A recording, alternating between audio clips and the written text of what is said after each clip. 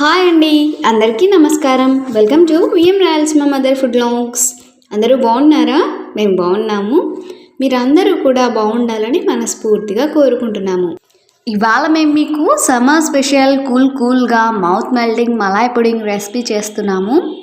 చాలా అద్భుతంగా కుదిరేటువంటి రెసిపీ ఇది. సిల్కీ స్మూత్ టెక్స్చర్లో నోట్లో పెట్టుకోగానే వెన్నెలా కరిగిపోయేలా అంత స్మూత్గా చాలా బాగుంటుంది. రెసిపీని చివరి వరకు మిస్ అవ్వకుండా చూసి మీరు కూడా ట్రై చేయండి. ద బెస్ట్ టేస్టీ రెసిపీని ఎంజాయ్ చేస్తారు. ఇంకేం మాత్రం ఆలస్యం చేయకుండా ప్రాసెస్లోకి వెళ్ళిపోదాం. ముందుగా స్టవ్ మీద ప్యాన్ పెట్టి అందులో ఒక పావు కప్పు పంచదార వేసి కలుపుతూ కరిగించుకోవాలి.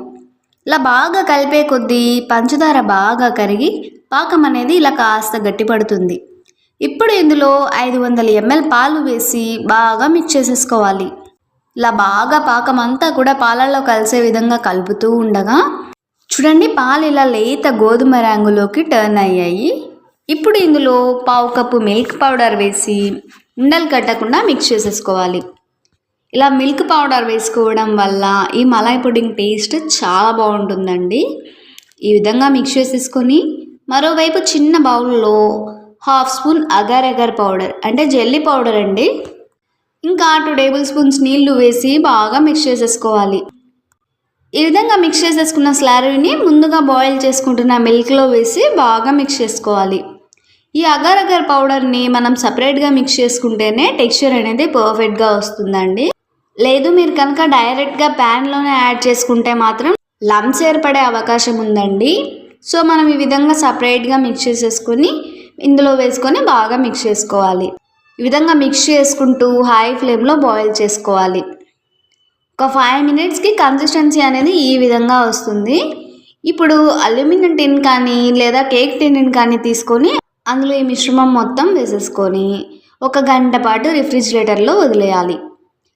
కరెక్ట్గా ఒక 1 అవర్ తర్వాత పుడ్డింగ్ పర్ఫెక్ట్గా సెట్ అయిపోయింది చూడండి. ఇంకా దీనిపైన ఒక ప్లేట్తో క్లోజ్ చేసి డిమౌల్డ్ చేసుకోవాలి. చూడండి, డిమౌల్డ్ ప్రాసెస్ అనేది ఎక్కడ కూడా క్రాక్స్ లేకుండా పర్ఫెక్ట్గా వచ్చింది కదా. సూపర్ స్మూత్ టెక్స్చర్లో చాలా బాగుందండి. ఈ విధంగా డిమౌల్డ్ చేసిన దానిపైన కాస్త డ్రై ఫ్రూట్స్ పలుకులు మీకు నచ్చినవి గార్నిష్ చేసుకోవచ్చు. మేమైతే బాదం పలుకులతో గార్నిష్ చేస్తున్నాము. ఈ విధంగా ఎడ్జ్ మొత్తానికి డ్రై ఫ్రూట్స్ పలుకులతో గార్నిష్ చేసేసి సర్వ్ చేసాం. ఇప్పుడు వీటిని కేక్ పీసెస్ లాగా కట్ చేసి మీ ఇంట్లో వాళ్ళకి సర్వ్ చేశారంటే చాలా టేస్టీగా తింటారు. చూడండి, కట్ చేస్తుంటేనే ఎంత సాఫ్ట్గా ఉందో మీకే అర్థమవుతుంది కదా. దీని టేస్ట్ ఎంత బాగుంటుందో. మేమైతే సూపర్గా ఎంజాయ్ చేసామండి. ఇంట్లో ఏదైనా స్పెషల్ అకేషన్స్కి కానీ, ఫంక్షన్స్కి కానీ, బర్త్డే పార్టీస్కి కానీ, న్యూ ఇయర్ సెలబ్రేషన్స్కి కానీ, క్రిస్మస్ సెలబ్రేషన్స్లో కానీ ఇలా సింపుల్గా బయట ఆర్డర్ చేసే పని లేకుండా అంతకంటే రుచిగా శుచిగా ఇంట్లోనే చేసుకొని ఎంజాయ్ చేయొచ్చు. అయినా మలాయ్ పుడ్డింగ్ అంటే ఇష్టపడని వారు ఎవరున్నారు చెప్పండి? ఎవరైనా సరే ఇష్టంగా తింటారు. అలాగే రెసిపీ కూడా చాలా సింపుల్ అండి. ఈవెన్ ఫస్ట్ టైం చేసే వాళ్ళకు కూడా చాలా ఈజీగా అర్థమయ్యే విధంగా చేసి చూపించాము.